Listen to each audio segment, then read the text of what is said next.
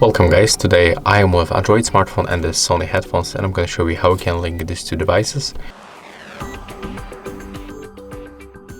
So the first, just grab your headphones and you have to take a look on this one.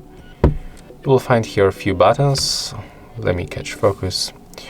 Yeah, a few buttons. We have to focus on this one. We have to click and hold it. Take a look, just like that. Just press on it and keep holding.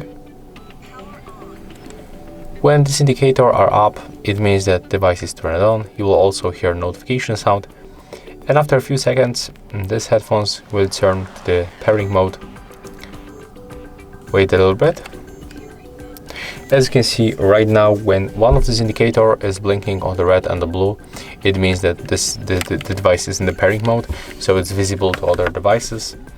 Right now we can open the Bluetooth on our Android smartphone, so we can make it by using this notification panel.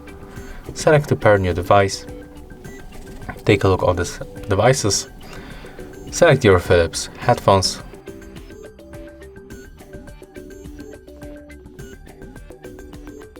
Accept this pairing request.